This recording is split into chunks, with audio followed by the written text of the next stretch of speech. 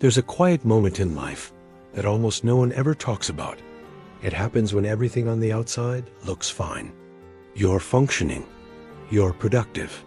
You aren't failing in any obvious way. And yet, something inside you has gone completely silent. Not broken, not wounded, just absent. The psychologist Carl Jung warned about this exact moment. He understood that a life can look successful from the outside, while the soul is slowly suffocating underneath. He called it false progress movement without meaning, growth without real integration. You're moving forward, but not inward. From the outside, it looks like you're evolving, but from the inside, it feels like you're eroding away. You wake up, you complete your tasks, you respond to messages, you meet every expectation, but none of it really touches you anymore. The excitement you once had is gone. Even the sadness is gone. What's left is this strange emotional neutrality, a dull gray where vibrant color used to exist. This isn't peace, it's numbness. And numbness is never the absence of pain.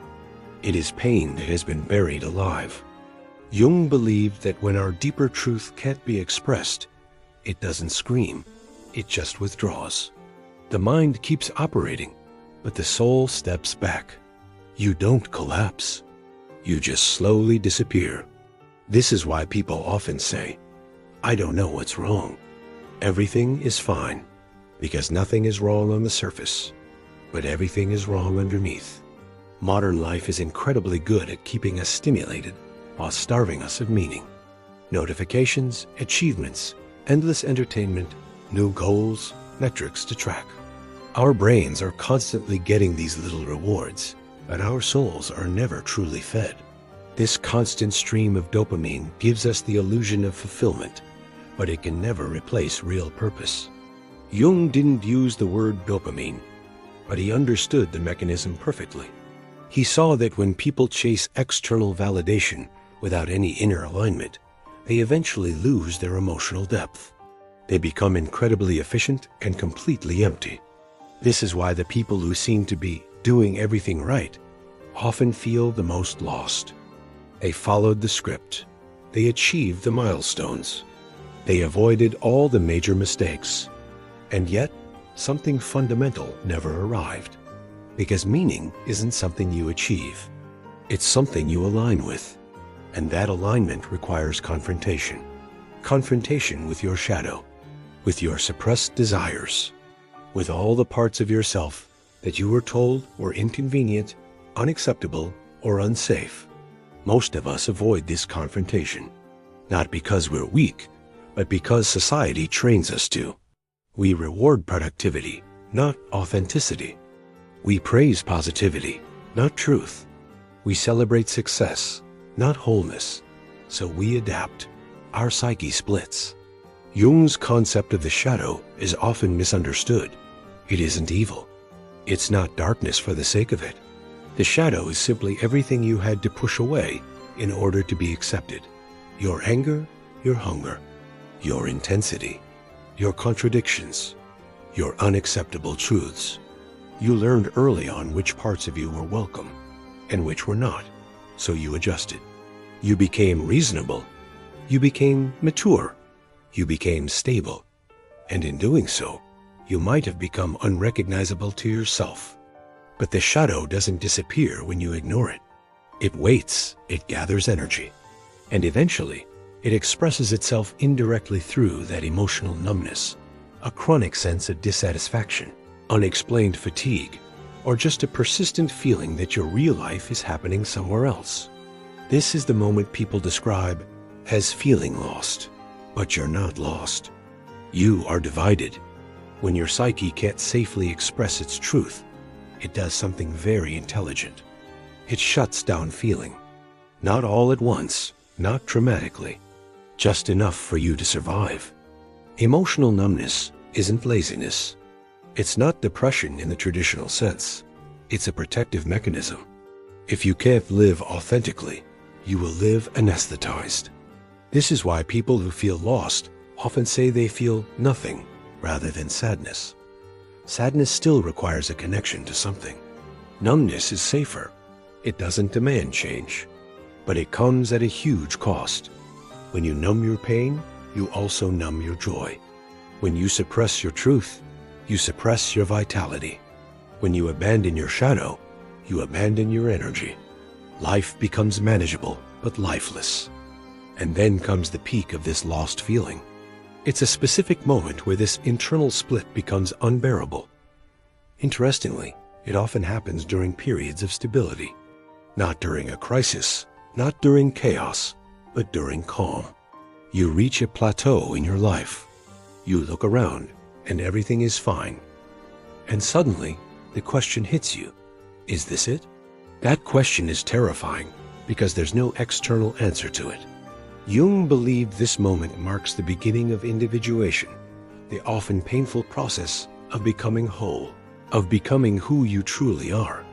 But most people misinterpret it as failure. They think something has gone horribly wrong, so they distract themselves. They consume more. They optimize their lives. They upgrade everything around them without ever upgrading themselves. And the feeling remains. At this point, distraction eventually stops working.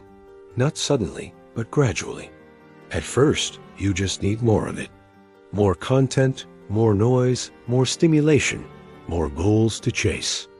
What once kept you afloat now barely keeps you moving. Jung saw this as a psychological threshold. When the ego has exhausted all its coping strategies, the unconscious starts to push back, and it pushes back harder. The symptoms intensify, not to punish you, but to force you into awareness. You start feeling restless for no clear reason. You get irritated by things that never used to bother you. You feel tired even after a full night's rest. And most unsettling of all, you feel completely detached from your own life. This isn't just burnout. Burnout implies you've worked too hard. What you're re-experiencing is existential fatigue, the exhaustion that comes from living a life that doesn't reflect your inner reality. You're not tired of effort. You're tired of pretense. At this point, many people think something external has to change. A new job, a new city, a new relationship, a new routine. But Jung warned against this exact instinct. The mind resists true change, not out of laziness, but out of a deep fear of dissolution. Your ego, your conscious identity, has one main job: to survive by keeping the story of who you are stable. And when that story has worked long enough to bring you safety or status, the ego clings to it, even when it no longer brings you meaning. Admitting your life no longer fits you means admitting that the version of yourself who built it was incomplete. That realization is terrifying, so the mind stalls. It rationalizes. I'll think about it later. It's not that bad. This is just a phase. But the unconscious doesn't accept excuses. It speaks in symptoms. Modern culture treats this discomfort as an error. If you feel lost, something must be wrong. If you feel numb, something must be broken. But Jung saw these states differently. He saw them as messages. Anxiety isn't the enemy. Emptiness isn't a defect. They are signals that your inner life has been ignored for far too long. When meaning is absent, the psyche withdraws energy. That's why nothing feels satisfying anymore. Not because your life is bad, but because it's misaligned. This is where the modern productivity narrative becomes so dangerous. You're taught that progress is movement, that busyness is purpose, that achievement is fulfillment. But you can move very fast in the wrong direction and still feel completely lost. From the outside, you look successful. From the inside, you feel hollow. This disconnect is what creates the numbness. And numbness is more dangerous than pain, because pain demands change, while numbness tolerates stagnation. Psychologically, what you're experiencing is a kind of death, not of the body, but of the persona, the version of you that was built just to survive in the world. It has to dissolve for a more authentic self to emerge. This feels like loss because it is loss. You grieve the certainty you once had. You grieve the illusion of knowing who you were. Most people turn back at this point. They dive back into distraction. But Jung believed that staying in this tension, without rushing to a solution, is essential for growth. The shift doesn't come with fireworks. It comes with quiet honesty.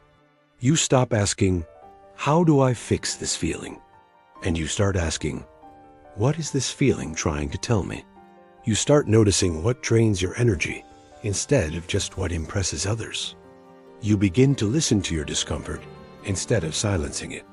This isn't rebellion, it's alignment. Slowly, your energy starts to return not as excitement, but as clarity. You feel more grounded, even if you're less certain about the future. You feel more real, even if you're less admired. And for the first time in a long time, the emptiness begins to speak instead of suffocate. The truth is, feeling lost when your life looks fine on the surface isn't a failure. It's a signal. It's a sign that your psyche is ready for more depth, that you've outgrown just surviving. That comfort is no longer enough. The central demand of your life is now meaning.